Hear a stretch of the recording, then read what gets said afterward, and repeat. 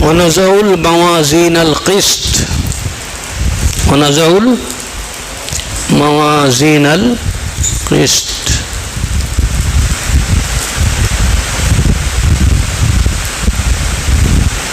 انصاف کا ترازو اللہ تعالیٰ قائم فرمائیں گے۔ سورہ فاتحہ میں سب سے پہلے ہم پڑھتے ہیں بسم اللہ الرحمن الرحیم، الحمد للہ رب العالمین الرحمن الرحیم مالک یوم الدین۔ روز جزا کا مالک، روز جزا کا مالک، بدلے کے دن کا مالک۔ روز مانے دن اور جزا مانے بدلہ۔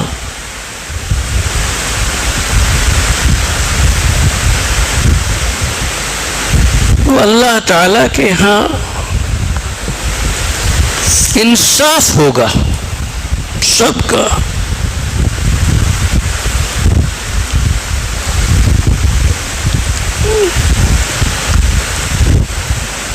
اور یہ جو طریقت کے راستے میں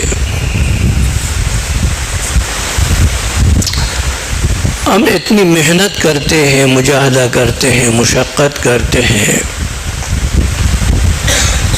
یہ কষ্টগুলো আমরা তরিকতের রাস্তায় করি।